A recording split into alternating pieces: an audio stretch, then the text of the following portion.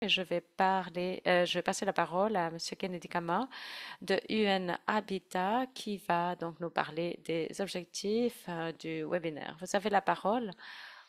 Merci, merci et bonjour ou bonsoir à tous. Comme Alexandra l'a dit, je suis Kennedy Kamo et je travaille à Jawapa et je suis basée à Bonn et je suis donc directeur de projet. Je souhaite vous dire que la série de webinaires a commencé l'année dernière suite à un congrès sur l'eau organisé par WOPA à Bonn et avec l'assistance de différents gouvernements. Et puis cela nous a mené donc à différents partenariats. euh, Avant ça, l'association d'eau et d'assainissement africaine ainsi que les différents opérateurs de l'eau et donc également l'Alliance, le partenariat allemand sur l'eau, le réseau Susanna en Afrique et Waterworks également des Pays-Bas. Alors, le but, en fait, était de s'unir et d'identifier les besoins et de faciliter un échange entre pairs par rapport à tous ces services en montrant les différentes études de cas et les différentes approches pour améliorer l'accès à l'assainissement urbain. Donc voilà, le webinaire a démarré, la série de webinaires a démarré en septembre et nous avons examiné dans différentes études de cas. Nous avons écouté donc le témoignage du Kenya, des services du Kenya. Nous avons également écouté par rapport à différentes villes, Nakuru et Malindi. Nous avons également entendu le témoignage de Burkina Faso, du Sénégal et comment améliorer l'effectivité de l'assainissement. Nous avons également entendu la voix du secteur privé, des fournisseurs d'assainissement du secteur privé. Le dernier webinaire parlait de l'assainissement sur place. Nous avons écouté des cas de Zambie en Luapala et le Kanga. Et bien sûr, nous sommes maintenant à ce dernier webinaire. Chacun de ces webinaires avait représenté différents aspects des services dévoués à l'assainissement et nous avions donné les réponses, les intérêts et chacun de ces webinaires a fait croître l'intérêt. Et maintenant, donc, nous sommes à ce dernier webinaire sur les femmes dans ces services d'eau et d'assainissement urbain. Et je dois vous dire que ces conversations, tous ces matériels seront disponibles pour vous. Nous aurons également, il y a déjà une série de discussions qui existent. Et je vous encourage en fait à interagir, à fournir votre retour sur cette plateforme afin que cette conversation soit vraiment pertinente et qu'elle puisse durer davantage. Suivant. Donc la question c'est que faire par la suite? Il y a déjà beaucoup d'informations et de connaissances qui ont été générées, mais qu'en est-il maintenant de notre plan d'action pour l'avenir? Eh bien, nous nous sommes investis en temps et en effort parmi les participants, parmi les organisateurs, et moi je pense qu'il y a un intérêt de pousser la conversation plus loin. Il y a un besoin de le faire. Donc notre intention, c'est de continuer. Nous allons nous centrer sur 3 points d'action pour les étapes à venir. Nous allons générer une enquête afin de mesurer la satisfaction et les besoins futurs des participants et nous vous encourageons à participer à cette enquête. Toutes les réponses seront très illustratives et vont guider notre cours d'action. Et puis, nous allons également nous voulons analyser d'autres études de cas en prenant compte des innovations, des avancées technologiques, du suivi, le reporting, c'est-à-dire que là aussi, nous apprécierons votre retour. Et en fait, pardon, nous allons générer des produits par rapport à la connaissance que nous avons acquise et dans les domaines de l'assainissement. Alors, tout ceci va nous permettre donc de mettre des actions en cours Et voilà, ces webinaires, nous souhaitons les diffuser très amplement pour générer un impact sur l'eau et l'assainissement. Donc voilà, je vous encourage à suivre le reste du webinaire et je vous remercie. Et maintenant, donc je passe la parole directement à Neil qui va ouvrir officiellement ce webinaire numéro 5. Neil Dodds. Oui, bonjour, bonjour à toutes et à tous. J'espère que vous pouvez me voir. Enfin, peut-être pas me voir, il suffit de m'entendre. En tout cas, je suis Neil Dodd, je suis le directeur d'Aquafed, c'est la Fédération des opérateurs d'eau privés. Nous travaillons en partenariat dans cette série avec GIZ, WOPA, avec Aquasa, Susanna. Et voilà, c'est un partenariat formidable. C'est-à-dire que je remercie toutes ces organisations de nous avoir inclus. Je vous remercie également à toutes les personnes qui assistent aujourd'hui à ce webinaire. C'est formidable. Et je m'aperçois que dès que l'on poste quelque chose par rapport à ce sujet, eh bien, la réponse est immédiate et la réponse pour ce webinaire a été la plus grande. C'est-à-dire que voilà, c'est la puissance également de ce réseautage et l'intérêt aussi que suscite ce secteur et tout ce qu'il y a à parcourir. Je suis très content du côté d'Aquafed. Nous sommes une fédération avec des entreprises mondiales telles que Suez, etc. Et maintenant, elles sont dirigées par des CEO féminines, deux des plus grandes donc, entreprises mondiales. C'est-à-dire, nous sommes en train d'arriver à cette parité de genre. Et voilà, maintenant, je vais passer la parole aux personnes qui comptent pour aujourd'hui, Fresia et les membres du panel. Nous avons tenté, autant que possible, que ceci soit une réunion qui invite à la participation, c'est-à-dire que je vous invite à toutes et à tous à participer par le chat. Si vous avez des questions, je tenterai de les soulever au cours de la séance avec Euphrasia qui va mener un petit peu donc le déroulement, qui va s'occuper du déroulement. Ceci n'est pas un webinaire tout simplement pour vous faire assister à un webinaire tout court. Là, nous voulons établir qu'il y a des actions qui sont très bonnes. Et depuis Aquafed, eh bien, nous allons également rapporter tout cela au Forum de l'eau et Aquafed à un événement sur les femmes professionnelles dans ce forum et ce sera très important. C'est-à-dire que tout ce qui sera dit ici, eh bien, et tous les commentaires qui apparaissent, eh bien, vont tenter d'être insérés dans les sessions thématiques. Alors maintenant, je ne sais pas si cela sera possible. Moi, je comptais avoir une série de représentants de Lilongwe et euh, je pense qu'il y a donc qu'on a fait des étapes incroyables pour mettre en œuvre pas mal de services et de mesures. Et je pense que nous sommes eh bien, quasiment là où il faut par rapport à nos services partout dans le monde et aussi en Afrique. Mais en tout cas, voilà, je souhaite que vous profitiez de la séance et je passe la parole à Fresia. Merci, j'espère que vous pouvez m'écouter.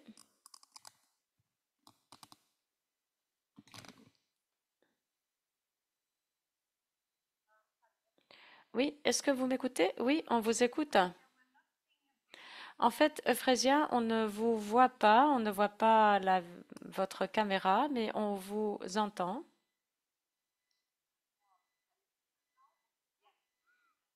Vous me voyez maintenant sur la vidéo? Oui, oui, voilà, bonjour, bonjour à tous. Je suis Fresia Luzeka. Je suis spécialiste dans l'eau et je travaille dans le secteur de l'eau et je serais très contente de faciliter ce webinaire.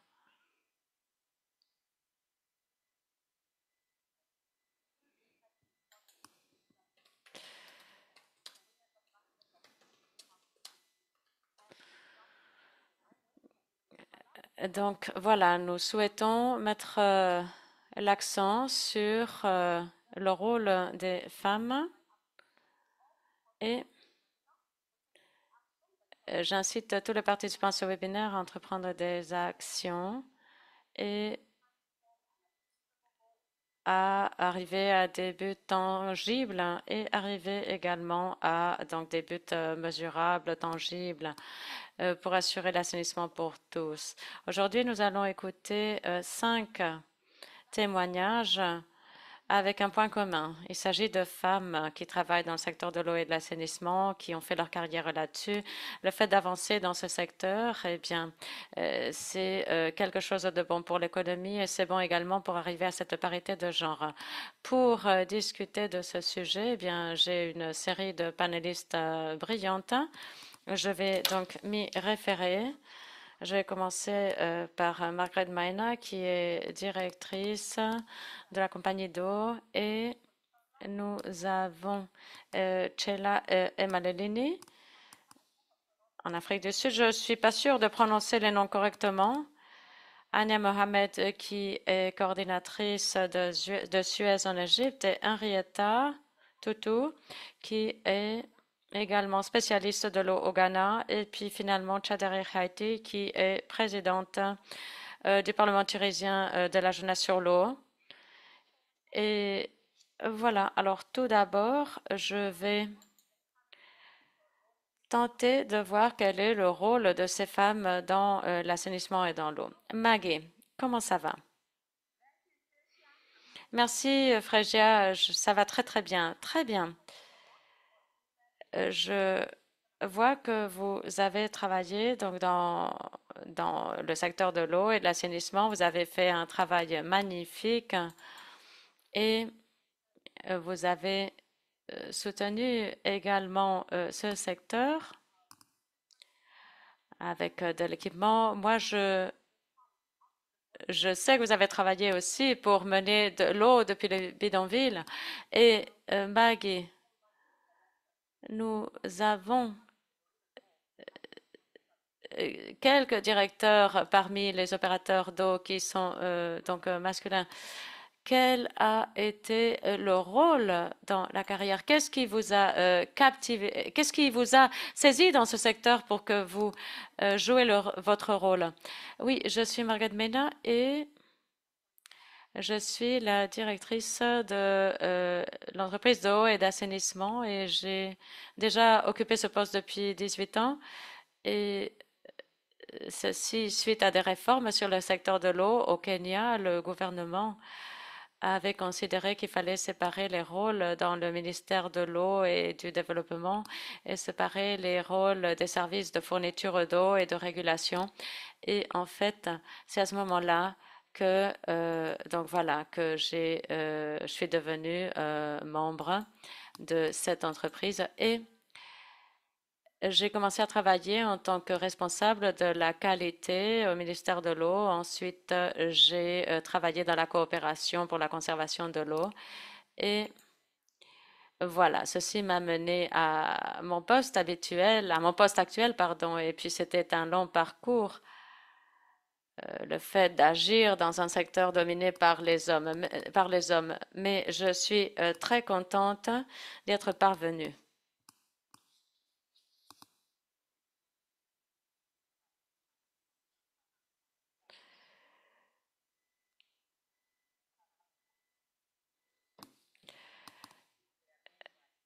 Et voilà, dans ce secteur, eh bien, les hommes étaient majoritaires. Et maintenant, je suis très contente d'être ici. Nous sommes désolés, mais l'audio de Madame est entrecoupé.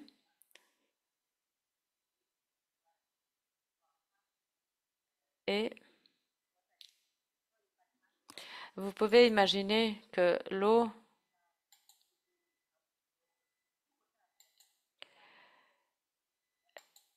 et notre possibilité donc de faire des réunions, eh bien, c'était tout un processus pour moi. Je suis très contente d'être arrivée ici. Merci, merci beaucoup. Merci. Bon, comme vous l'avez dit, ceci ne s'est pas passé d'un jour à l'autre. C'était vraiment un long parcours. Et bonjour, je passe la parole à Aya. Comment ça va? Oui, ça va très bien. En fait, Margaret nous a parlé qu'elle se souvenait du moment. Et puis, moi, je me souviens quand on est allé au Ghana et au Ghana, eh bien, elle a dit, les femmes sont des entrepreneurs, mais nous avons un accès limité au marché de capital et nous voulons être représentés dans les espaces où se prennent les décisions. Et c'est justement ce que Maggie nous a dit maintenant en tant que femme africaine dans l'assainissement. Aya, qu'est-ce qui vous a mené à apparaître dans le secteur de l'assainissement? Vous avez la parole, Aya. Bonjour, bonjour à toutes et à tous. Moi, je suis coordinatrice à Suez International en Égypte et je peux dire que le fait de travailler en tant que responsable, eh bien, ça m'a aidé à être plus sensibilisée par rapport à l'environnement durable, à la durabilité, donc, et j'ai également commencé ma carrière dans le secteur du traitement de l'eau, mais en fait, j'ai commencé mon parcours dans Suez International dans le département des achats et des services environnementaux et ceci a augmenté ma passion pour la durabilité, pour un environnement durable. Et ceci m'a mené à avoir plus de passion pour apprendre davantage par rapport à ce secteur. Ce n'était pas facile de se relever tous les défis que j'ai rencontrés. Les défis par rapport au processus des marchés publics, des achats publics, le fait de gérer les budgets publics, mais avec le soutien de mes mentors, j'ai pu surmonter tous ces obstacles.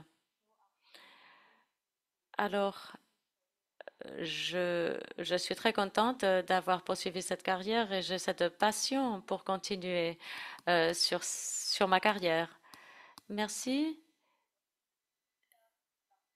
Je, J'espère aussi que tous les assistants, eh bien, prennent bonne note de cela et nous adressons toutes ces questions. Nous sommes désolés parce que l'audio de Euphrasia n'est pas très bon.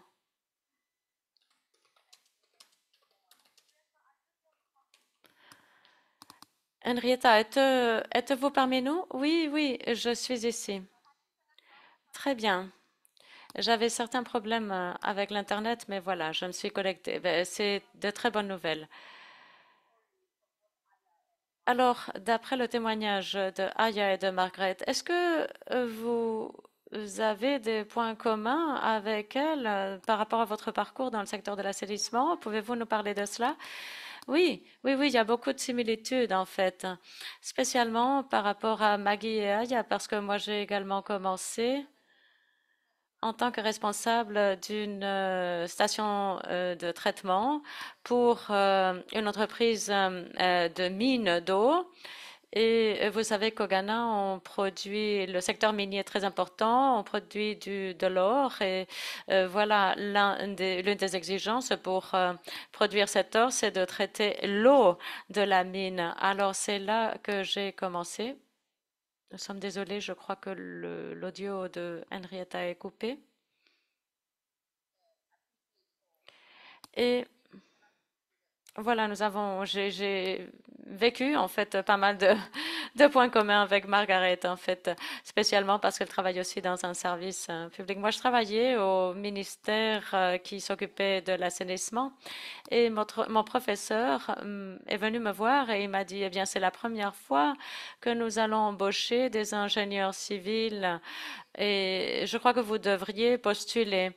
Et ceci, c'est ce que j'ai fait. Et puis j'ai pensé que là, j'avais l'opportunité de faire un impact internationale et que j'avais aussi l'opportunité de transformer certaines des expériences négatives que j'avais vécues en travaillant dans des entreprises privées et ramener cela au niveau politique pour que des choses changent, pour que des femmes et les jeunes aient accès à des postes d'ingénieurs dans l'assainissement.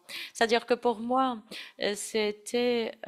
voilà, nous avions donc des ingénieurs qui étaient embauchés dans le ministère et heureusement pour moi aussi, nous nous sommes occupés de tous les achats publics par rapport aux infrastructures, aux besoins d'ingénierie. Et donc voilà, j'ai des points communs aussi avec Aya parce que je me suis occupée également des achats publics. Et c'est un petit peu ma deuxième langue, si j'ose dire, dans le secteur de l'assainissement. Donc voilà, j'ai trouvé beaucoup de points communs avec les deux femmes qui m'ont précédée dans la parole. Et j'ai travaillé aussi avec des ONG, avec des gouvernements en tant que consultant, c'est-à-dire que... Et puis j'ai rencontré certains problèmes. En fait, moi je suis de taille assez petite et j'ai rencontré certains problèmes avec les uniformes, avec les personnes qui m'accompagnaient. Mais il y a aussi le professeur Iseowa qui m'a dit, voilà, je reconnais votre passion pour l'environnement et je veux que vous vous occupiez du génie en santé publique. Et tout ceci m'a amené vers ce secteur et m'a donné l'opportunité. Et en fait, quand je regarde en arrière, je suis vraiment très reconnaissante et j'apprécie énormément le parcours que j'ai fait. Merci Henrietta. Et quel est le rôle des hommes dans le parcours professionnel que vous avez fait? Parce que quelqu'un d'autre l'a dit aussi. Qu'est-ce que les hommes ont fait pour vous, disons, dans votre parcours professionnel? Eh bien, moi, j'ai beaucoup d'expériences un petit peu amères avec les hommes. Oui, il y en a des douzaines, et je pense que l'un des postes pour lesquels j'avais présenté ma candidature, eh bien, on m'a dit, oui, voilà, elle ne peut pas prendre le rôle d'ingénieur responsable parce qu'elle est trop petite. Mais je dois dire aussi que la personne qui a fait ce commentaire, j'ai eu l'opportunité de travailler avec cette personne et finalement cette personne a dit, voilà, vous êtes vraiment une personne compétente. C'est ce qu'on m'a dit. Et j'avais des préjudices contre vous parce que vous étiez une femme. En fait, je vais vous demander d'arrêter en fait Henrietta parce que vous avez parlé du secteur de l'assainissement et des femmes, et c'est vrai que les femmes ne sont pas souvent acceptées. Il y a des normes, il y a des pratiques, il y a le manque de modèles. Et quelles sont les approches qui peuvent permettre aux femmes de croître professionnellement? Je me souviens quand je parlais avec Cohen, hein, et on a parlé de la performance, du fait d'amener des résultats, mais il y a aussi pas mal de préjudices dans ce secteur. Alors, je vais également demander à Yaya Magui de nous dire quelles sont donc les expériences et quelles sont les campagnes qui ont été déroulées. Alors, je vais maintenant m'adresser à Chadia. Chadia, bonjour. Bonjour, Chadia, vous m'entendez? Je voudrais savoir, en tant que jeune femme dans l'assainissement, je voudrais savoir quels sont les goulets d'étranglement que vous avez vécus en tant que candidate dans le secteur de l'assainissement. C'est un petit peu ce que Henrietta nous a dit. Il y a ce biais de genre. Euh, à quel point cela est un challenge d'avoir ces deux rôles, hein, c'est-à-dire en tant que femme et en tant que jeune femme. Quels sont les défis que vous avez rencontrés? Est-ce que c'était facile? Présentez-vous et racontez-nous quelle a été votre expérience. Bonjour, bonjour à tous, je suis Chadia, je viens de Tunisie et comme vous l'avez dit, je suis la présidente et la fondatrice du Parlement jeune de la Tunisie pour l'eau. Et je fais partie également de divers réseaux sur l'eau de l'UNESCO. Et puis, je suis également leader dans la région arabe. Alors, en fait, comme vous l'avez dit, c'est vrai que ce n'est pas facile, mais en tant que femme, bon, nous pouvons faire pas mal de choses.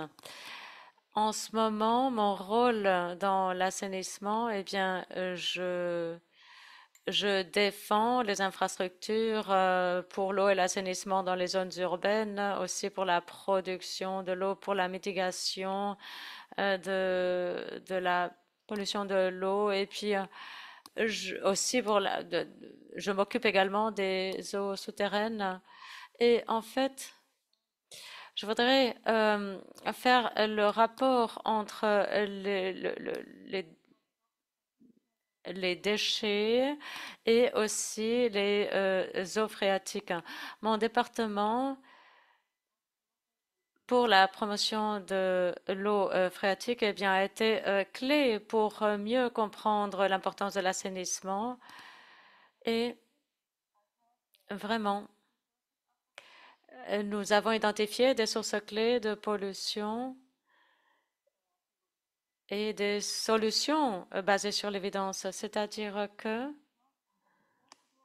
maintenant, nous avons donc ce réseau qui a fourni une opportunité précieuse pour collaborer avec d'autres experts, pour partager des connaissances, des politiques, pour échanger des politiques. Et puis ce réseau m'a permis d'être consciente des derniers développements dans le domaine de l'eau et de l'assainissement et l'expertise nécessaire pour amener un changement. Mon parcours a été caractérisé par une passion pour l'environnement, pour la durabilité et pour le fait de donner des résultats tangibles à ma communauté. J'ai étudié, je me suis impliquée dans des initiatives de la jeunesse dans l'eau. J'ai cultivé toutes ces compétences, toutes les connaissances nécessaires pour assumer des postes de leadership dans l'assainissement urbain. Merci. Merci beaucoup, Chadia. Et oui, on me rappelle qu'il y a beaucoup de femmes dans l'assainissement. Et en fait, voilà, vous êtes toutes une source d'inspiration. Maintenant, je vais m'adresser à Koana, encore une jeune femme. Et bonjour Euphrésien. Alors voilà, quels sont les défis pour attirer les femmes vers le secteur de l'assainissement et de l'eau? En fait, pour Henrietta et pour Chadia, c'était un secteur attirant. Mais quels ont été donc les facteurs qui vous ont permis de rester dans ce secteur? Allez-y, Kona. Bonjour Phrasia. Je suis Kwana, comme Phrasia vient de le dire, et je suis contrôleur de processus à Emalachebi. C'est une municipalité en Afrique du Sud et je suis responsable de la supervision du traitement des eaux usées.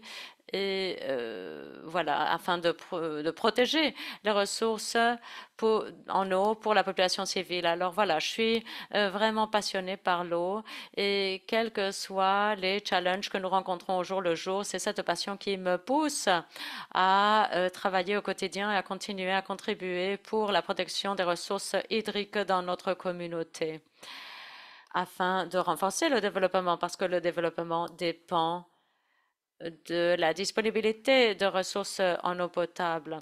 Donc voilà, en ce moment, je fais mon doctorat en ingénierie écologique et nous nous centrons à la rémédiation des zones humides. En fait, nous avons beaucoup de mines de charbon dans notre zone et ceci perturbe les systèmes naturels des différents corps d'eau que nous avons. Alors voilà, pour moi, c'est toute une passion. C'est le fait de protéger nos ressources hydriques afin de renforcer et extraire des bénéfices pour nous assurer que ce développement se poursuit. Voilà, merci. C'est formidable. Enfin, je sais que il doit y avoir une passion et puis ceci est inné. C'est vraiment ça vient du cœur. Et je vais passer à la deuxième question. Je pense que nous avons vu clairement que les femmes sont attirées par le secteur de l'assainissement. Cependant, il y a des fois des obstacles par rapport à l'embauche, au recrutement. Et puis, des fois, ces femmes ont moins d'opportunités ensuite de faire avancer leur carrière professionnelle. Mais nous voyons aussi qu'il y a des organisations qui sont capables de s'adapter pour aborder ces barrières. Et ceci me mène à cette deuxième question. Alors, je vais commencer cette deuxième question avec un poème, Maya Angelou, qui s'adresse donc aux femmes. Je vais le lire. Les femmes qui survivent de façon intacte et qui sont heureuses, elles doivent être capables de se convaincre elles-mêmes qu'elles ont des valeurs, qu'elles ont de la valeur en fait, dans des moments où il faut contrôler la pression contre les femmes. Et cette pression est très forte. Et ceci doit nous rendre évident que nous sommes des femmes dures et résilientes. Et il faut aussi maintenant écouter donc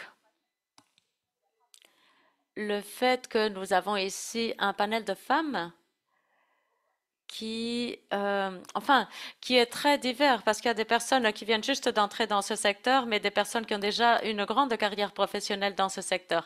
Maggie, pouvez-vous nous donner quelles sont les leçons et les conseils que vous donneriez aux personnes, aux femmes qui souhaitent entrer dans ce secteur? Et aussi peut-être rompre les mythes qui existent par rapport à cela. Allez-y, Maggie, donnez-nous ces conseils. Eh bien, merci beaucoup. Tout d'abord, moi, je souhaiterais encourager les femmes dans la culture africaine. Nous devons, enfin, les femmes, nous devons encourager les autres femmes parce que souvent on nous dit que nous sommes vouées à la cuisine, par exemple. C'est vrai que les gens nous voient différemment et nous devons travailler cela spécialement en Afrique. Moi, j'ai rencontré certaines difficultés, même, enfin, par rapport au comportement des hommes dans le poste de travail. Des fois, nous n'avons pas les mêmes opportunités. Nous avons par contre la même formation à l'école, le même diplôme. Et moi, je me souviens, la première fois où j'ai été employée, les femmes, nous n'avions même pas droit à une allocation pour la maison vu que nous étions mariés.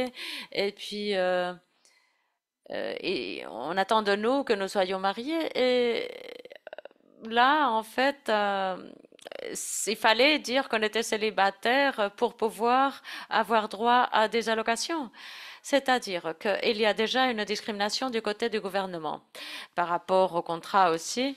C'est-à-dire que les femmes doivent lutter pour avoir leur espace et nous l'avons fait. Les femmes, nous devons avoir plus de qualifications, une éducation supérieure à celle des hommes pour vraiment pouvoir postuler au même poste de travail. Et pour les femmes, eh bien, ce n'est pas facile. Il faut voir la liste et il faut voir là où on ne qualifie pas. C'est-à-dire que voilà, il y a des difficultés supplémentaires et dès que l'on peut accéder à un poste, eh bien, je pense que c'est formidable parce que les femmes sont les meilleures leaders. Les femmes sont celles qui mènent au succès, c'est-à-dire qu'il faut faire preuve davantage de confiance en nous. Nous ne nous faisons pas la concurrence. Nous sommes ici ensemble afin d'ajouter et de nous compléter. Encore une question sur les femmes. Eh bien, moi, je les encouragerais à vraiment postuler pour les emplois, à profiter des opportunités Et souvent, on commence depuis le bas vers le haut. Et les femmes, on ne veut pas rater les opportunités. Puis le fait de faire des erreurs, eh bien, oui, c'est quelque chose qui ne nous plaît pas, mais c'est une façon d'apprendre également. C'est-à-dire que initialement, moi, je pense que nous sommes des fois très stricts, nous nous jugeons et des fois, en fait, les gens nous font confiance, mais la confiance, elle doit partir de nous-mêmes également. Et puis le secteur, il tente de s'améliorer. Au Kenya, maintenant, pour chaque poste, eh bien, il doit y avoir des opportunités pour les femmes. Mais les femmes doivent profiter de ces opportunités. Puis l'espace de l'assainissement, c'est un environnement pour les femmes maintenant. Au début, tout ceci était dirigé aux hommes. Même, enfin, tous les équipements pour se rendre sur le terrain. Mais maintenant, le ministère encourage les femmes pour qu'elles puissent aller sur le terrain et sans avoir besoin de la présence des hommes pour leur fournir de la sécurité. Et aussi, il est important de savoir que nous pouvons faire des erreurs. Et des fois, on veut être tellement parfaite. Et il y a rien de parfait. Et nous ne devons pas être parfaites. Nous avons droit à faire des erreurs et à apprendre de ces erreurs. C'est-à-dire qu'il faut être optimiste. Et je souhaite encourager donc les femmes. Et on est censé s'occuper de nos familles. Il faut être des épouses, mais c'est possible d'être des épouses ainsi que des docteurs, ainsi que des travailleurs et de bonnes travailleuses. Parce que c'est vrai, Maggie. Je voudrais aussi par rapport à ce que vous avez dit aussi, par rapport au fait d'avoir des motos pour vous rendre sur le terrain ou des zones d'allaitement, c'est vrai que nous voyons que les choses évoluent, que les choses se passent, c'est-à-dire que le fait d'avoir des motos, le fait d'avoir les infrastructures appropriées sur place, je pense que ce sera aussi un point important. Je crois que c'est très important. Et je voudrais me référer aussi à quelque chose d'intéressant que vous avez dit. Je voudrais souligner le rôle des hommes. Et le problème, ce n'est pas les hommes. Le problème, c'est le patriarcat. Il faut reconnaître que des fois, les systèmes ne sont pas prêts.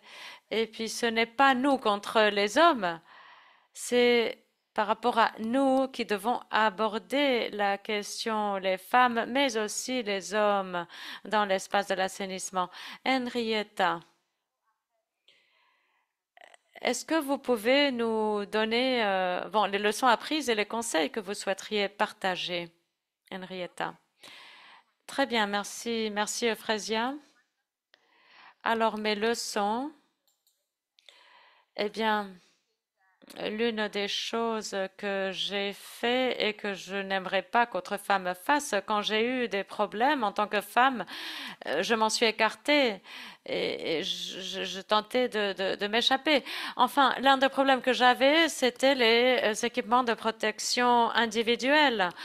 Et moi, je suis assez petite de taille et je me souviens que ces uniformes, ces chaussures étaient énormes et tellement lourds. Et puis, je me souviens qu'il fallait, par exemple, grimper dans des réservoirs, dans des citernes. Et je n'avais pas donc les chaussures adéquates vu qu'elles étaient trop grandes. Et puis, ça m'empêchait de grimper. C'est-à-dire que enfin, je souhaitais quelque chose de plus flexible. Moi, je ne veux pas que les femmes euh, fassent comme moi, qui ne disaient rien. Les femmes doivent dire et se prononcer quand il y a un challenge devant elles. Elles doivent s'exprimer. Elles doivent faire passer le message.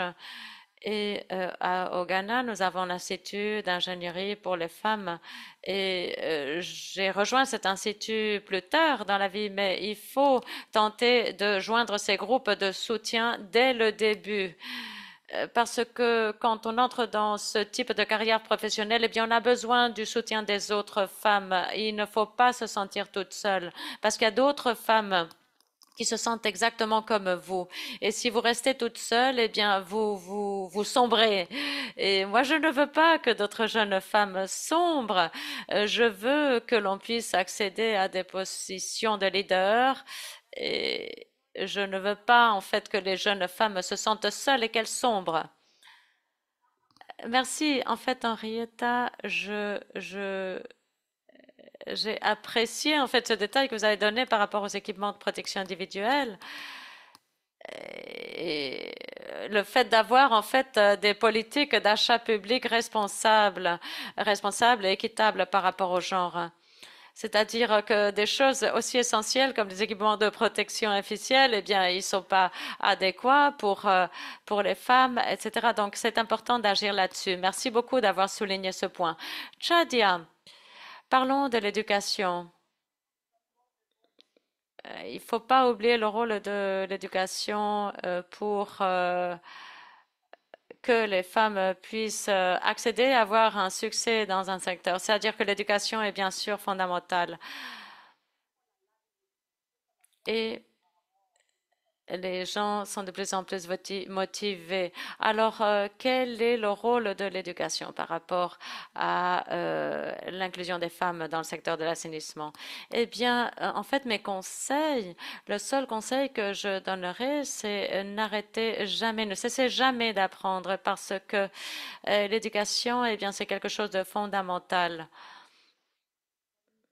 C'est vraiment ce qui compte. Je sais qu'aujourd'hui, il y a tellement de choses par rapport à nous, mais finalement, l'apprentissage et l'éducation, la formation, eh bien, c'est notre outil pour mener un changement. C'est vraiment la seule chose.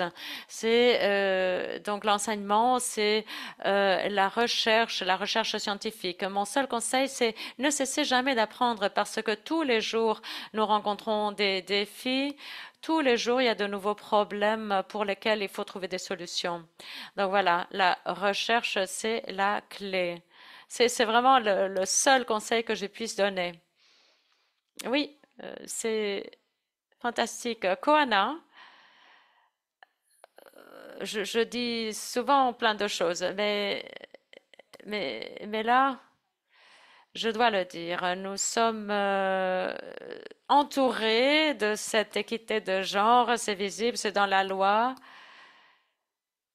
Et le fait d'être favorable à cette équité de genre, eh bien, des fois, ça soulève des critiques.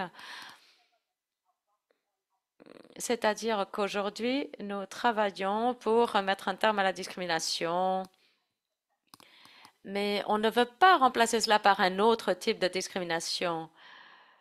C'est ce que nous avons vu d'après ce que Henrietta nous a raconté par rapport aux équipements de protection individuelle. Euh, voilà, aussi où se trouve par exemple la place pour les femmes dans les rôles de prise de décision. C'est-à-dire que quelles sont de votre côté les leçons que vous avez apprises d'après votre carrière professionnelle en tant que femme?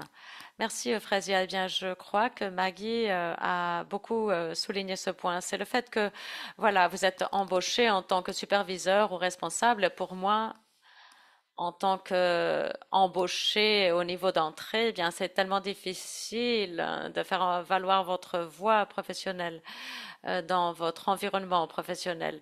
C'est en fait par rapport au type de processus que nous avons,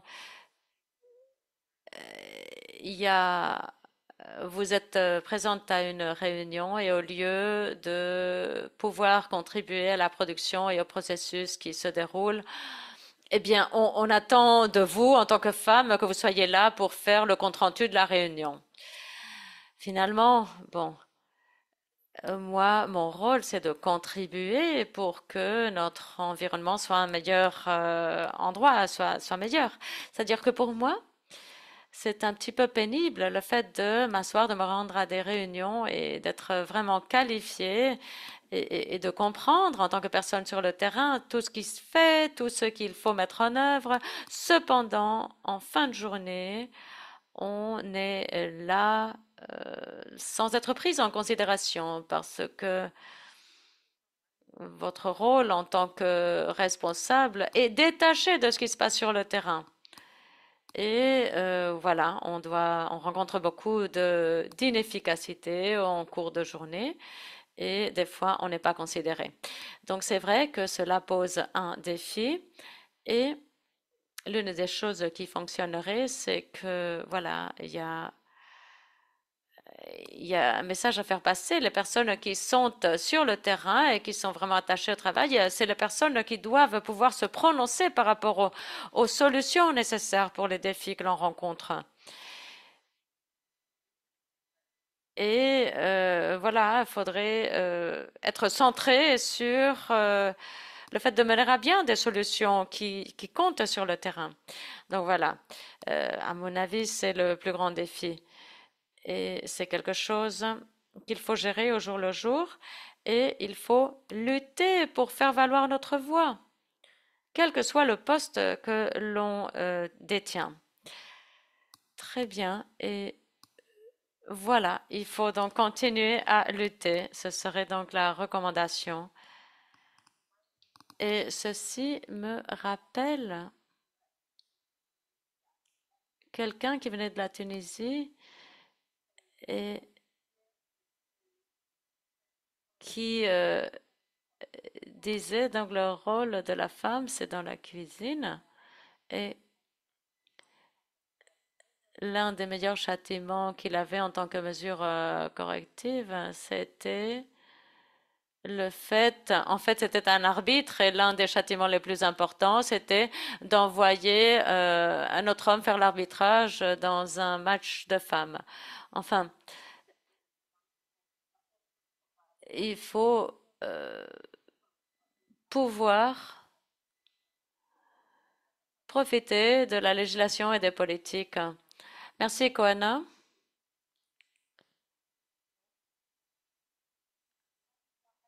Aya, allez-y si vous voulez nous répondre à cette question.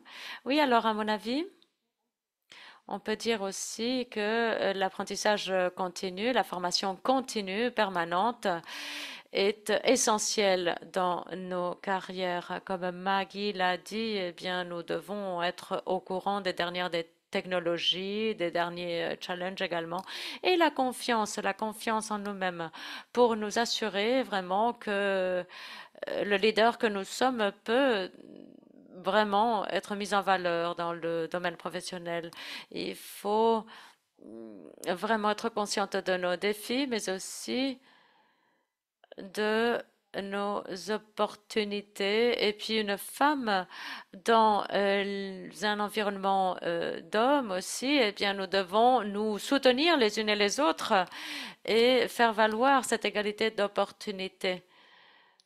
Le rôle des autres femmes est très important aussi pour augmenter les opportunités, pour augmenter ce niveau de confiance. Et à mon avis, un conseil pour les jeunes femmes, c'est le fait de rechercher les opportunités de croissance, spécialement dans ces environnements professionnels, et aussi compter sur le support des réseaux et le support des autres femmes pour défendre notre succès. Croyons en nous-mêmes. Croyons en nos compétences, sachons quelles sont nos forces. Merci, merci Aya. Oui, y a-t-il quelque chose d'autre? Allez-y. Par rapport au dernier point. Non, pas grand-chose. Je voulais souligner l'importance de l'éducation aussi, de continuer à se former. Merci, merci beaucoup, Aya. C'est pour cela que j'apprécie beaucoup vos contributions. J'apprécie vos apports parce que quand on quand on met le doigt sur quelqu'un, eh bien, ça fait réfléchir. C'est-à-dire que nous-mêmes, nous devons prendre la responsabilité de nos carrières. Nous devons nous approprier de notre leadership. C'est vrai que les politiques de genre sont ici pour nous pousser, pour nous faire aller de l'avant, mais personne d'autre ne le fera. C'est vraiment nous qui devons être capables de nous préparer et de d'arriver à ces rôles. Donc voilà, c'est un petit peu aussi une façon de booster toutes les opportunités pour les femmes dans le secteur.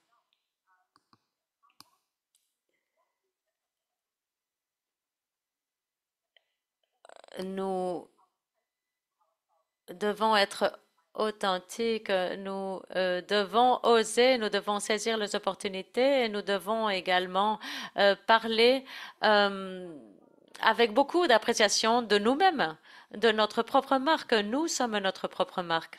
Alors voilà, voilà, merci beaucoup Aya. Vous avez clos la deuxième question et maintenant je vais passer à la dernière question.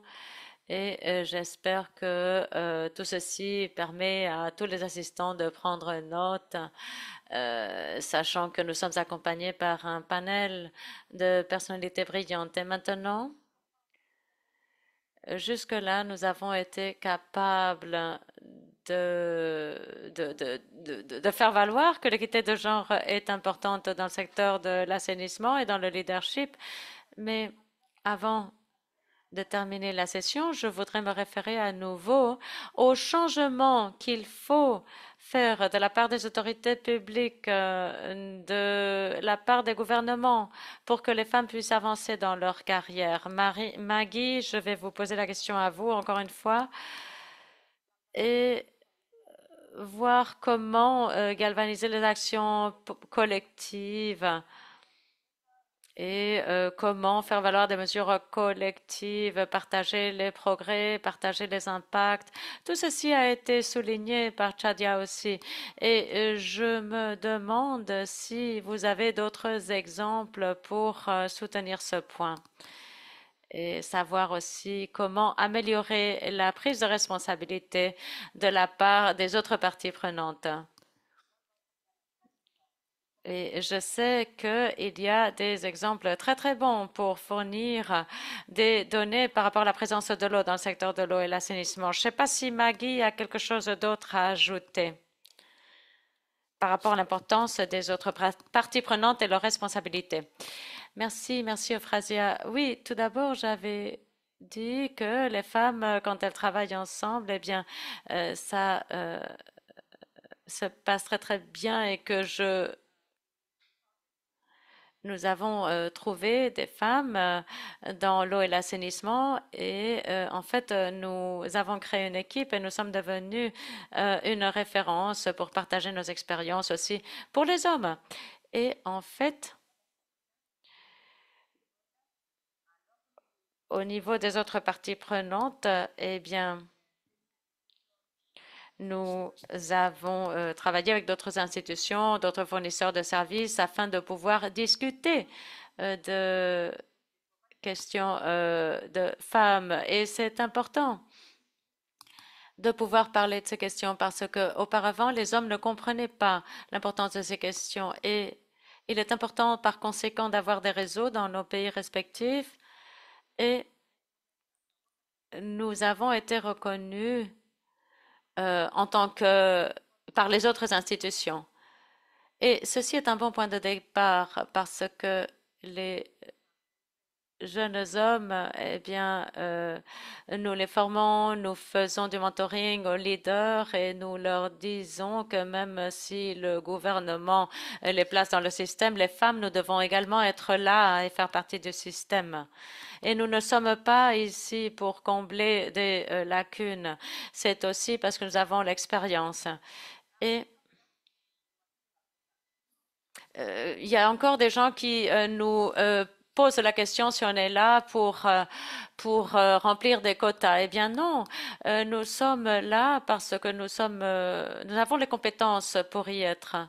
Et si on pense à des systèmes de quotas, eh bien alors on est toujours dépendant des personnes qui nous ont placés.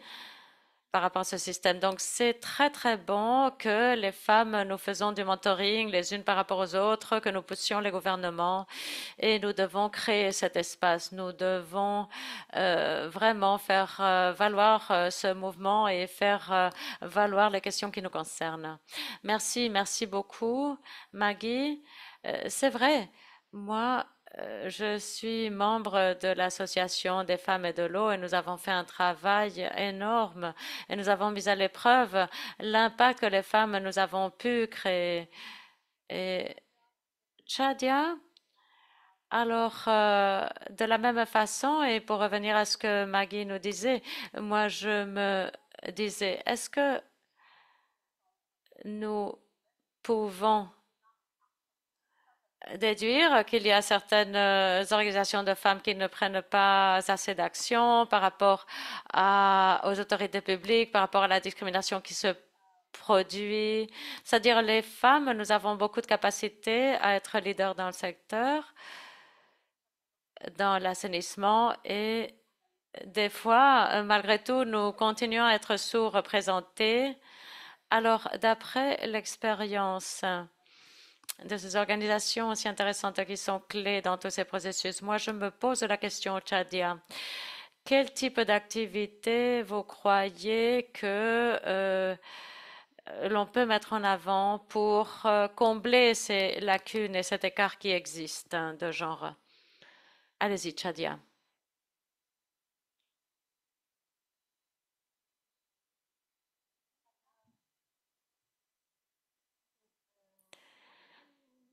Eh bien, en fait, nous devons encourager la formation et le développement de programmes parce que la formation et les programmes de développement sont conçus pour l'avancement des carrières des femmes et ces programmes peuvent inclure la formation, les opportunités de mentoring, euh, aussi des opportunités d'emploi.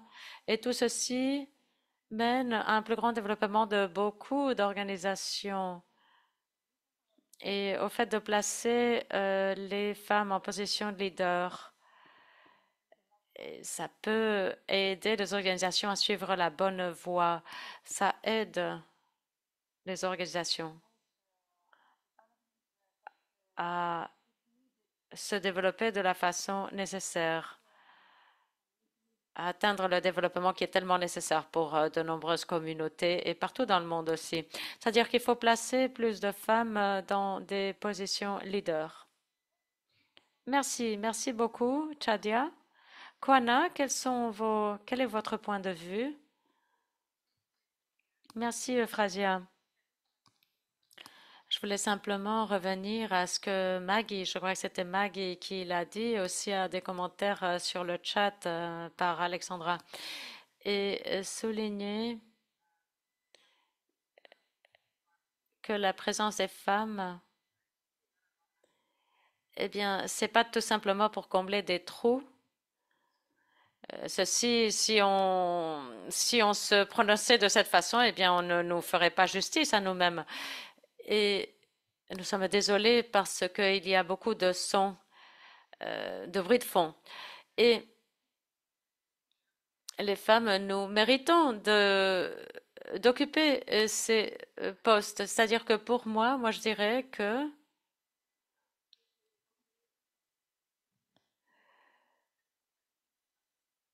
il faut, il faut se former, il faut se former depuis le début, au cours de toute la scolarité. Et Et les exigences donc pour professionnels que nous avons, nous devons les prendre très au sérieux. Nous sommes désolés, il y a beaucoup de bruit de fond et ça ne nous permet pas de fournir une interprétation précise.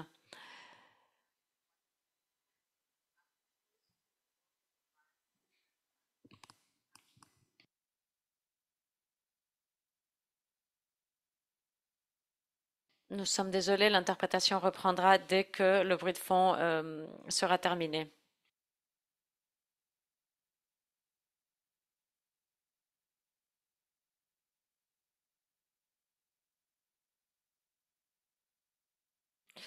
Je dirais que les gouvernements, les ONG doivent agir au cours de toute la scolarité, y compris au lycée, afin d'améliorer la formation.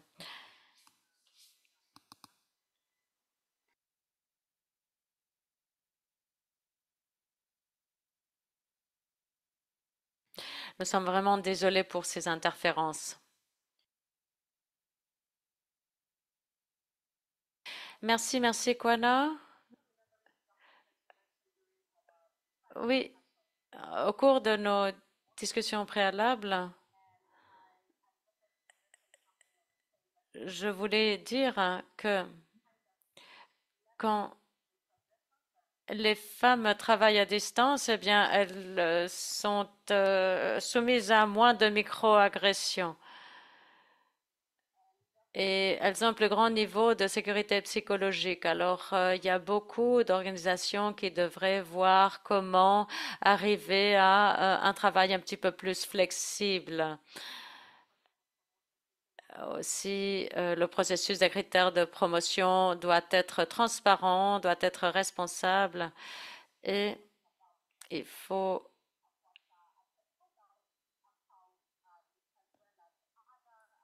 et il faut également s'assurer que toutes les associations du secteur de l'eau aient également disons, des prix pour reconnaître le rôle des femmes dans le secteur. Merci, merci, Coena, pour vos apports. Henrietta, est-ce que vous êtes parmi nous? Merci Henrietta. Oui, je crois que voilà, il y a aussi beaucoup de discrimination et je me demandais si vous pouvez partager votre témoignage parmi nous. Moi, je me souviens. Nous sommes désolés, mais il y a encore ces interférences qui nous empêchent d'écouter. Je sais que vous venez du Ghana et Henrietta. Par rapport à ce que nous avons partagé, au-delà de ce que nous avons partagé, qu'est-ce que l'on pourrait dire aux autres parties prenantes pour améliorer la situation? Merci, merci beaucoup. Oui, au Niger, en fait, oui, nous sommes des frères et des sœurs, mais au Ghana, nous sommes un petit peu mieux. Moi, je dirais que l'une des choses qui est vraiment pratique, et vraiment pour moi,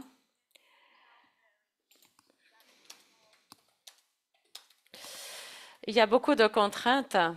Et alors, faire des choses, des petits pas en avant. Par exemple, le fait de mettre une crèche ou une garderie, ou le fait d'avoir un service de halte garderie pour pouvoir, quand il faut amener les enfants au bureau ou sur le site, eh bien, un service pour quand nous devons aller au travail, accompagné de nos enfants.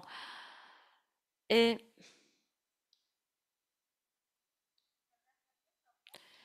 Henrietta, je pense que nous vous avons perdu. Henrietta? Oui, ok, c'est bon. Nous allons nous tourner vers Aya. En fait, Aya, on a dit un commentaire très intéressant que nous voulons transmettre aux spécialistes gouvernants. On a dit qu'il n'y a pas de droit sans politique et j'écoute toutes les conversations jusque-là. Nous sommes désolés, il y a Henrietta qui a repris la parole. Henrietta, oui, juste pour dire que Les hommes peuvent être aussi des personnes qui nous défendent. Moi, en fait, j'ai eu la chance d'avoir un mentor qui a mis à ma disposition un chauffeur pour me déplacer depuis la maison jusqu'à mon poste de travail. J'en avais pour 3 heures et le fait d'être conduite par quelqu'un, eh bien, ça me permettait qu'au cours de ces 3 heures, je pouvais me mettre à jour avec mes emails, etc. C'est-à-dire que on peut changer le système du patriarcat. Et si on n'a pas non plus les bons certificats, par exemple, au lycée, eh bien, on n'a pas d'accès au secteur de l'eau et de l'assainissement, ce qui veut dire qu'il faut cibler les personnes déjà depuis le plus jeune âge, depuis l'école, et savoir quel est le certificat dont ils ont besoin s'ils veulent travailler, par exemple, dans le secteur de l'environnement et de l'assainissement. C'est-à-dire que l'école, c'est également un endroit sur lequel, enfin, un espace à cibler pour pouvoir orienter les personnes, les futurs professionnels et pour que tout le monde comprenne quelles sont les options et pour que tout le monde puisse avoir accès à la carrière de l'assainissement. Merci. Oui, en fait, je vous remercie de souligner l'importance de l'éducation, comme Chadia l'a fait aussi. Alors maintenant, Aya, je voulais revenir vers cette publication qui disait que nous ne pouvons pas avoir d'autonomie sans droit, pas de droit sans politique.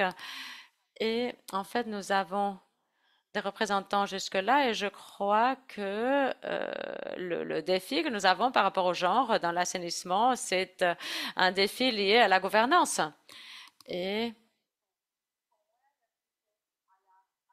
depuis votre situation, Aya, est-ce que vous ressentez qu'il y a plus de choses que les gouvernements pourraient faire?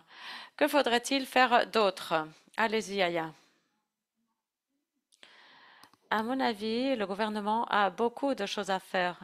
Par exemple, ici en Égypte, nous avons le congé maternité de 3 mois seulement, alors que pour le secteur privé, c'est différent. Nous avons aussi l'autorité, c'est-à-dire le secteur privé peut donner des congés de 1 an. Mais il faut s'assurer que les femmes ont des droits égaux à ce niveau, pour pouvoir trouver un équilibre entre une conciliation entre la vie professionnelle et personnelle. Et aussi, il faut s'assurer que les femmes reçoivent la même rémunération que les hommes, parce que les femmes n'ont pas le même salaire que les hommes. Il faut s'assurer que tous les salaires sont égaux. Aussi,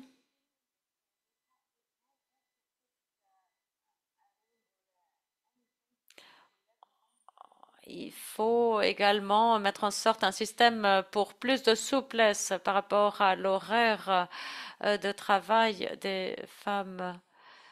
Il y a,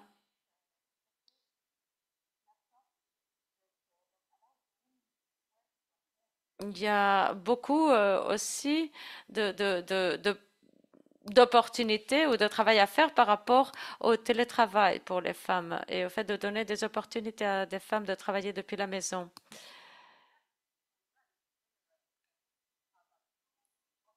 Des fois, il y a enfin, de grands bureaux, mais alors que les travailleurs pourraient travailler depuis la maison. Allez-y, Aya, continuez. Oui, et quand on parle de tout cela, c'est très important. Et on pourrait dire que si nous allons parler des employeurs, eh bien, ils devraient offrir des formations additionnelles, non seulement pour les hommes, mais aussi pour les femmes, pour savoir comment donner l'opportunité aux femmes dans ce secteur. Et bien entendu que nous devons nous aider les unes les autres et fournir des formations aux femmes pour augmenter leurs compétences. Voilà, c'est ce qui compte à mon avis. Merci, merci beaucoup, Aya. Alors, par rapport à la conclusion de cette séance que j'ai pu faciliter pour vous, eh bien, je dirais que c'était très inspirateur. Nous avons écouté des femmes dans le secteur de l'assainissement, des femmes qui sont des leaders. Alors, je vous remercie de nous avoir écoutés et merci beaucoup, chère intervenante. Neil, je vous repasse la parole. Merci, merci Euphrésia et merci à toutes les intervenantes. Eh bien, moi, je crois que nous serons tous d'accord que Freysia pourrait vraiment avoir son propre programme à la télé. Elle a fait une tâche remarquable en tant que facilitatrice.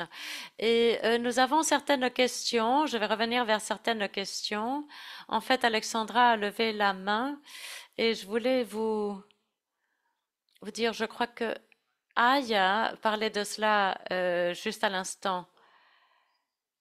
Elle nous a parlé des politiques ou stratégies pour mener à l'égalité de genre. Et cette question des quotas dans les femmes dans le secteur public ou dans le privé aussi, alors est-ce que cela devrait faire partie des guides, des normes? Quel est votre avis par rapport à cette discrimination positive? C'est le terme que l'on utilise en Europe. Quel est l'avis des intervenantes? En fait, Frázia, je vais vous passer la parole pour gérer donc cette question, cette idée des quotas pour arriver à cette parité. Est-ce que cela marche à votre avis?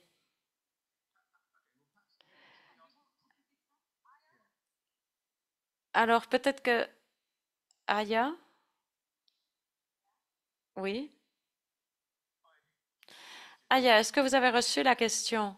On parlait de de ces politiques qui force les employeurs à s'assurer qu'il y a suffisamment de femmes ou un tel nombre de femmes dans des postes de prise de décision. Est-ce que vous êtes d'accord ou favorable à ces quotas? Eh bien, oui, je suis d'accord par rapport à cette politique, c'est sûr. Oui, d'accord. Pour avoir cet équilibre, cette égalité de genre, oui,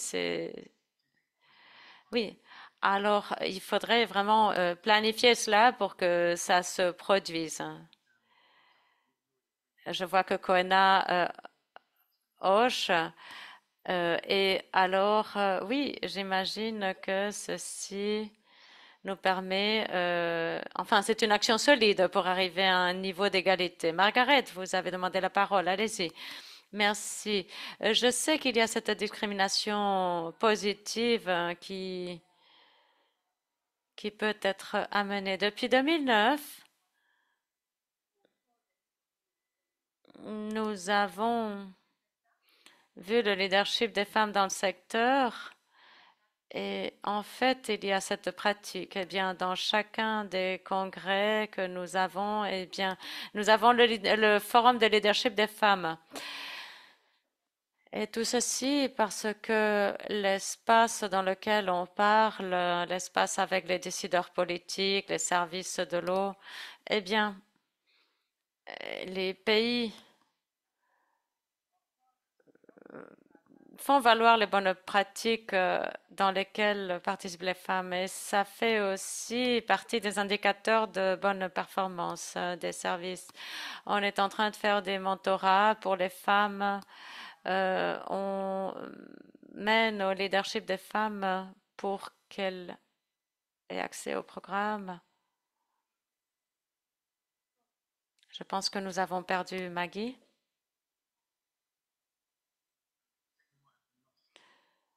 Oui, je crois que nous avons perdu Margaret. Je crois que Margaret, je pense que nous reviendrons vers vous.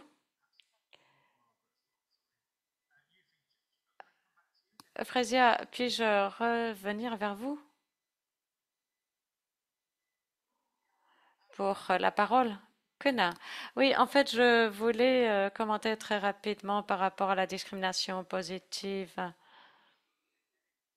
Eh bien, si c'est la façon d'amener les femmes vers des postes de prise de décision, eh bien, que ce soit ainsi. Je suis désolée, Koena. Nous revenons vers Maggie, mais l'audio est malheureusement coupé.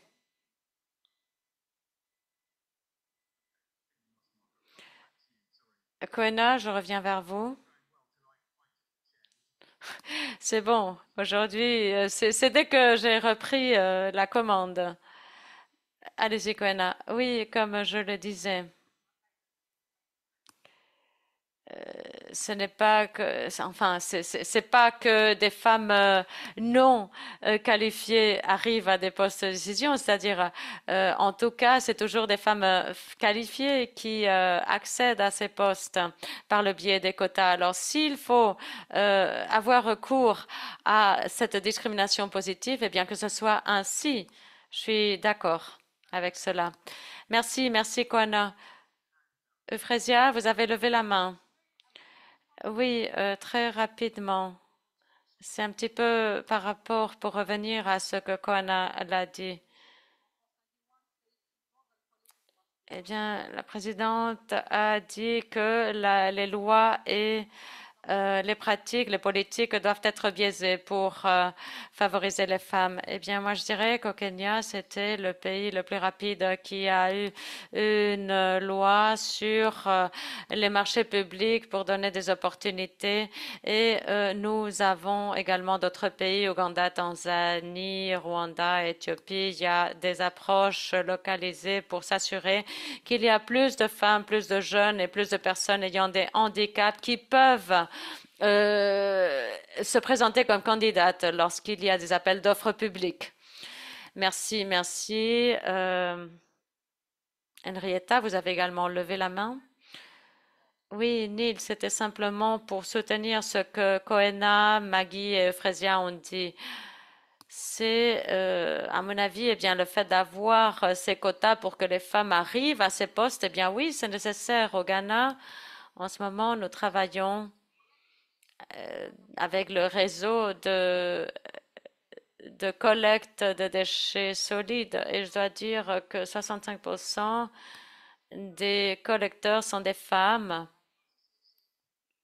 et par contre, dans les associations, elles sont sous-représentées, où c'était le cas jusqu'en 2019. Et depuis, nous avons entrepris des actions, on a fait inclure des clauses dans les documents de travail. Et aujourd'hui, eh bien, cette association de collecteuses de déchets solides, eh bien, elle est présidée par une femme.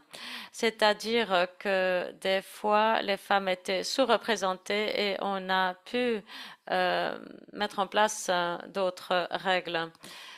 Des fois, les femmes ne sont pas disponibles et elles n'ont pas le temps parce qu'elles s'occupent d'autres tâches comme les tâches ménagères. Alors il faut se prononcer là-dessus, il faut s'exprimer quand c'est le cas et quand les femmes n'ont pas le temps. Il faut inclure des clauses dans les règles afin d'augmenter les opportunités et que les femmes puissent euh, prendre la place qu'elles méritent. Merci, merci Henrietta. En fait, je crois que c'est un message très clair de la part de toutes par rapport à cette discrimination positive. Et puis c'est intéressant également cette perspective de l'Afrique. Une question encore. C'est quelque chose qui est apparu, enfin deux questions sur le chat de Monica et d'Aurore. Eh bien, c'est par rapport au partenariat et permettre que les femmes s'aident les unes et les autres. C'est le réseautage. En fait, Henrietta, vous avez parlé, n'est-ce pas, au Ghana, d'un groupe de soutien. Je ne sais pas si c'était un groupe seulement pour les femmes ou un groupe d'hommes et de femmes, mais en tout cas, je reviens vers cette question. Comment créer des réseaux de femmes? Est-ce que cela aide? Ou est-ce que ça se fait simplement parce que ça a l'air d'être une bonne idée? Chadia, vous avez levé la main. Je ne sais pas si vous souhaitez répondre à cette question. Chadia est en silence.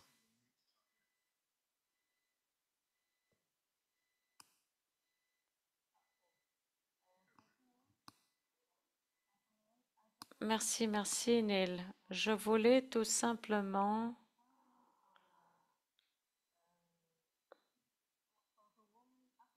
encourager les femmes en Afrique, mais aussi dans le monde. Je voulais dire qu'en Tunisie, nous sommes le premier pays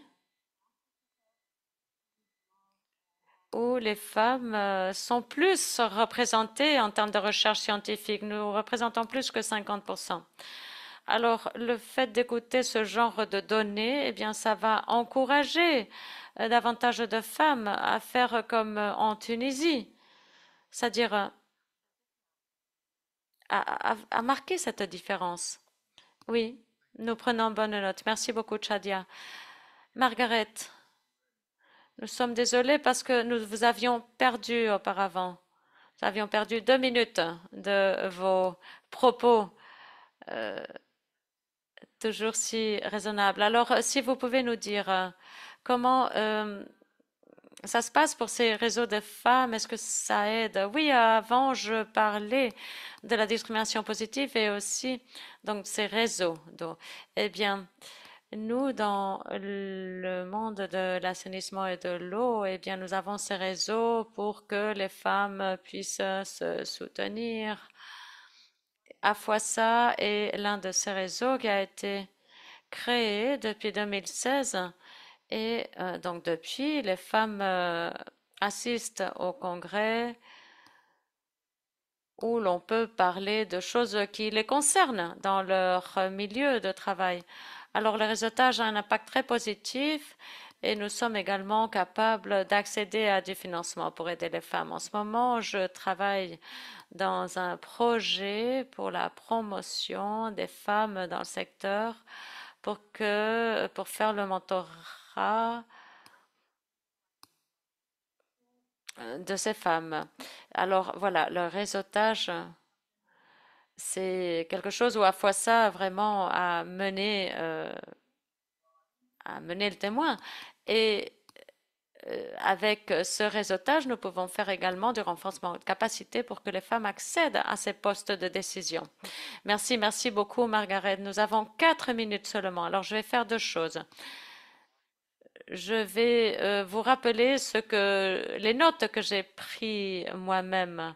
Je sais que Frasia a également pris des notes et nous avons parmi nous quelqu'un de Lilong Water et nous lui passerons la parole tout de suite parce que je veux écouter également ce témoignage, la différence que ça a marqué, le fait d'avoir une stratégie pro-femme. Alors, j'ai noté que le mentorat, c'est vraiment un terme qui revient. Alors, si nous ne tentons pas de réparer les choses, eh bien, nous continuerons à avoir ce type de webinaire. Et voilà, le mentorat est quelque chose de clé. Aujourd'hui, nous avons la technologie, nous nous n'avons plus nous n'avons plus besoin d'avoir les mentors à côté. Nous avons la technologie pour nous aider. Aussi, nous avons parlé de l'éducation, les qualifications, la formation tout au long de la vie. C'est quelque chose de très important aussi. Et puis quelque chose que Margaret a dit, le fait de faire confiance à nos instincts. Et je sais que du point de vue de l'homme, il n'y a rien de plus puissant que l'intuition d'une femme. Et je parle par exemple de mon épouse, voilà, c'est ce pouvoir que vous avez, les femmes, vraiment, Alors, il faut faire confiance à votre instinct. Et ne prenez pas cela comme un message faux. Et maintenant, un point pratique, les deux aiment la mobilité. Il y a beaucoup de solutions, euh, beaucoup de solutions pour améliorer la mobilité et pour former les femmes, par exemple, pour qu'elles puissent conduire une moto et aussi les salles d'allaitement. Ensuite, les défendeurs, hommes, masculins. Moi, je crois qu'il faut encourager aussi les hommes pour entreprendre des mesures pour l'égalité de genre. Et vraiment, il faut mettre cela noir sur blanc. Ce type de mesure doit être entreprise. Et enfin, l'éducation. Un autre message pour tous. commencer par l'école. Alors la prochaine fois, on va tenter d'inclure le secteur de l'éducation, de l'enseignement dans ce webinaire. Alors maintenant, de Lilongwe Water, je vais vous poser une question très rapidement et je sais que vous avez eu des problèmes pour nous joindre. Alors, racontez-nous quelle a été l'amélioration qui a été faite au sein du conseil de Lilongwe Water avec la présence des femmes. Racontez-nous en une minute le bénéfice de placer les femmes en premier. Merci, merci beaucoup, Neil. Alors, très rapidement, je vais vous dire ce que nous avons fait à Lilongwe Water pour arriver à cette égalité de genre. Merci. Merci beaucoup et je suis désolée de me joindre tard, mais ce que nous avons fait au sein du conseil, nous avons entrepris des actions. Vous avez parlé de la discrimination positive. Nous parlons de ces actions assertives et cela veut dire faire des actions délibérées pour recruter davantage de femmes dans nos organisations et recruter un certain nombre de femmes dans l'ingénierie, les opérations. Donc aujourd'hui, nous avons davantage de femmes qu'autrefois.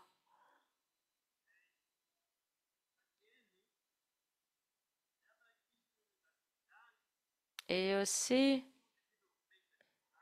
nous avons encouragé le mentorat. Notre direction a donné des responsabilités aux femmes de façon délibérée.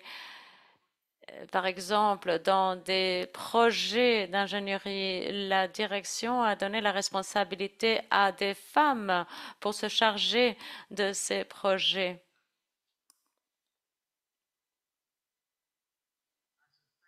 Merci, merci beaucoup. C'était vraiment très clair et puis ça nous a donné de l'inspiration pour la fin de ce webinaire. Et je suis désolée que vous n'avez pas pu nous joindre dès le début, mais voilà, maintenant il va falloir se quitter. De toute façon, comme nous l'avons dit sur le chat, il y a beaucoup de mesures. Nous ferons le résumé, puis il y a la vidéo de la séance également. Je vous remercie à toutes et à tous de nous avoir rejoints. Je vous souhaite une belle fin de journée et je remercie les intervenantes et les participants. Je vous remercie.